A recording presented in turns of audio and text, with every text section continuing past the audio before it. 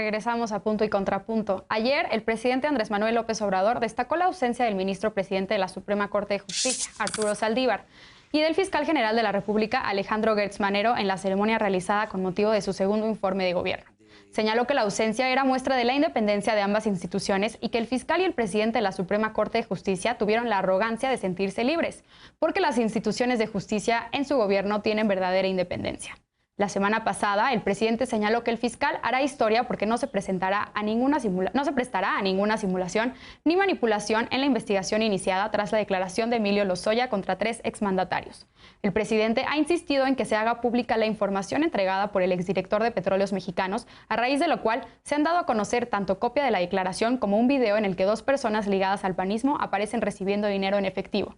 En ambos casos, la Fiscalía ha negado ser responsable de estas filtraciones. Además, en febrero pasado, el presidente López Obrador presentó la iniciativa de reforma judicial elaborada en el Poder Judicial de la Federación, señalando que apoyaba la propuesta elaborada por el ministro Saldívar porque ambos poderes trabajan de manera coordinada, respetando la independencia y la autonomía de los poderes. ¿Realmente la ausencia del fiscal y del ministro presidente de la Suprema Corte son signo de la autonomía? ¿La colaboración entre la FGR, la Fiscalía General de la República, y la Suprema Corte respecto al Ejecutivo es sana? ¿Cómo lo ves tú, Lecona? Ahorita, bueno, si quieres comenzamos nada más para que termine Lisa de hacer su punto en el bloque pasado y precisamente, Lisa, también si quieres introducir este segundo tema, ¿qué lectura le das tú? ¿Cómo interpretas esta frase del presidente?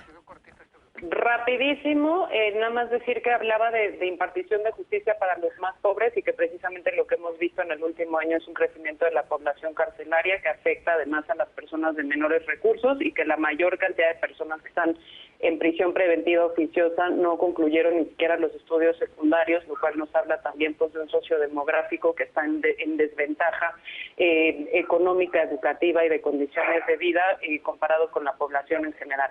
Sí. Ahora, ligado a este tema, desafortunada la declaración del presidente, pero también muy interesante también que la nota hace una referencia hacia el proyecto de reforma judicial que se está impulsando precisamente desde la Suprema Corte de Justicia, y ahí nada más decir, acaba de salir un análisis interesantísimo de Mariana Velasco en Animal Político como colaboradora invitada. Ella es una constitucionalista que lo que dice es, pues si realmente queremos recobrar el carácter de Tribunal Constitucional de la Suprema Corte, llaman la atención 2 cosas. Una, que el proyecto de reforma en realidad haya sido elaborado por el ministro presidente sin contar con la opinión del resto de los 10 ministros de la Corte, y 2, que se esté de alguna manera también coartando la posibilidad ciudadana para hacer uso, por ejemplo, del juicio de amparo para temas de federalismo y soberanía, o el hecho de que ya no se puedan revisar las decisiones del Consejo de la Judicatura justamente por el Pleno de la Suprema Corte y que se le dé a un órgano no jurisdiccional como el Consejo de la Judicatura la posibilidad de crear tribunales ad hoc para cuestiones de derechos humanos.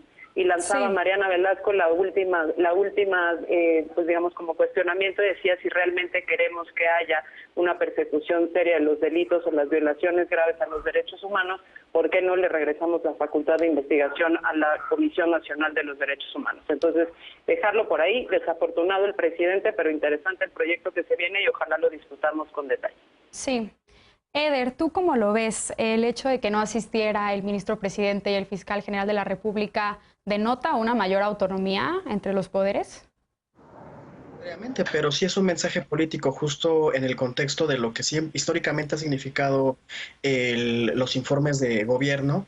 Sí es también un mensaje de mayor libertad de parte de ellos, porque en su momento la Suprema Corte de Justicia, que siempre ha sido un poder autónomo, independiente al poder judicial, sabemos que estaba supeditado al poder ejecutivo. Entonces, por supuesto que es símbolo de los tiempos, y sobre este concepto a mí me da mucha gracia que de repente se le ve a Andrés Manuel desde el lado más negativo.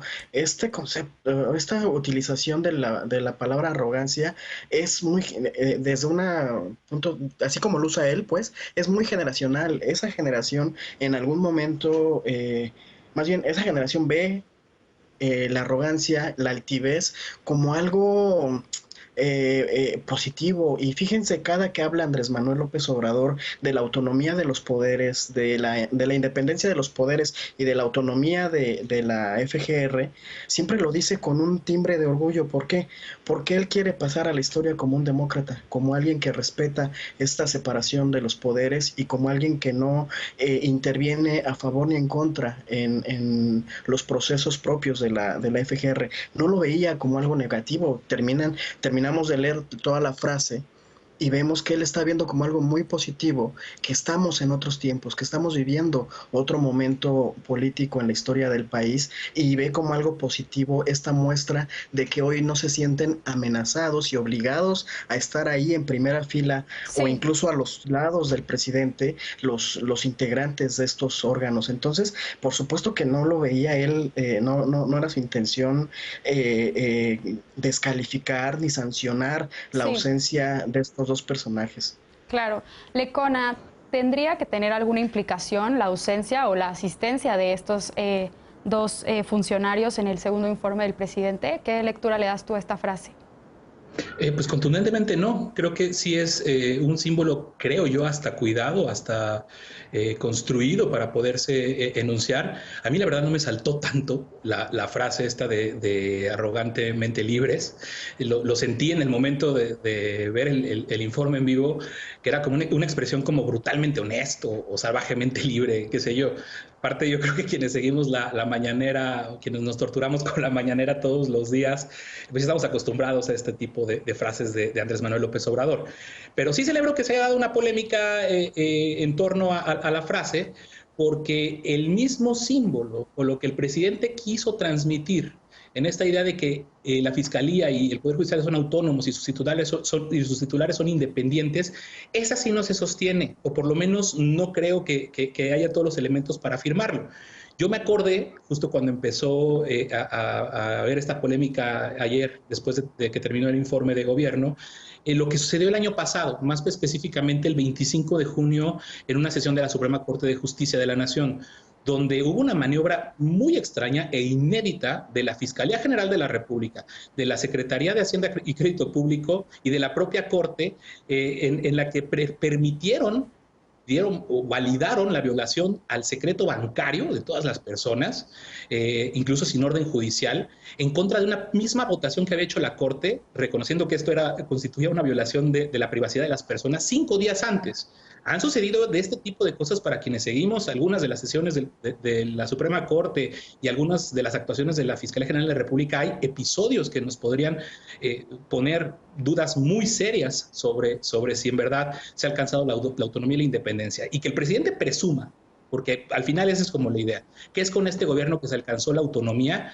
Pues no, el presidente de la República no tuvo absolutamente nada que ver, lamentablemente, incluso en momentos en los que se necesitaba, con la gran reforma a la Fiscalía General de la República, la demolición de la PGR y la construcción de una Fiscalía General de la República. Sí. Pero aún más importante que todo eso, pues son las designaciones que ha hecho el fiscal general de la República y las cosas que por ley habría tenido que concretar y que no ha hecho. Sí. La designación de los fiscales especializados anticorrupción y el de delitos electorales, por ejemplo, que es Agustín Ortiz Pinchetti, nada más y nada menos que uno de las personas más cercanas al presidente López Obrador, y que en 2018 afirmó en la transición que el contrapeso de Andrés Manuel López Obrador es su conciencia. Sí, déjame darle la palabra a Frida, porque se acaba el tiempo de este bloque. Frida, Lecona dice que la autonomía, tanto de la Fiscalía como del Poder Judicial, no es un logro atribuible al presidente. ¿Tú cómo lo ves? ¿Coincides o qué lectura le das a esta frase? Justo a mí me parece fundamental lo que dice Lecona, porque no podemos confundir autonomía con un simple acto de ausencia en un evento protocolario. Recordemos que la autonomía es un concepto jurídico, constitucional, que se refleja en la forma en la que se toman decisiones y se comporta tanto la Fiscalía en su ámbito como la Suprema Corte de Justicia de sus propias decisiones. Entonces, no me parece que se pueda hablar de autonomía o de una amenaza o reforzamiento de la autonomía por el simple hecho de que no asista al evento protocolario. Lo que es hecho, y en eso coincido con Eder, es que es un mensaje político. Hay un mensaje que está enviando tanto el presidente de la Suprema Corte de Justicia como el titular de la Fiscalía General de la República, y en medio hay Por una parte están las reformas del Poder Judicial que contemplan un acceso a la justicia mucho más directo, está de por medio la autoridad y las cartas que y el presidente, tanto el titular de la Fiscalía General de la República como la Suprema Corte de Justicia. Recordemos que apenas en febrero el presidente inició una carta tanto al fiscal como al presidente de la Suprema Corte para pedirles la colaboración en el esclarecimiento del caso Ayotzinapa, uno de los temas fundamentales en cuanto a esclarecer hechos. Ha tenido el presidente a los padres de los 43 y una carta similar en días en la mañana comentaba. Frida, déjame preguntarle a Eder, justo en línea con lo que estás diciendo, si él también opina que precisamente existe esta coordinación e independencia en materia de esta reforma al Poder Judicial que ha sido apoyada por el Ejecutivo. Sí, a ver, yo decía Elisa hace ratito, eso lo tendremos que analizar cuando el Senado empiece su discusión. Sí creo que hay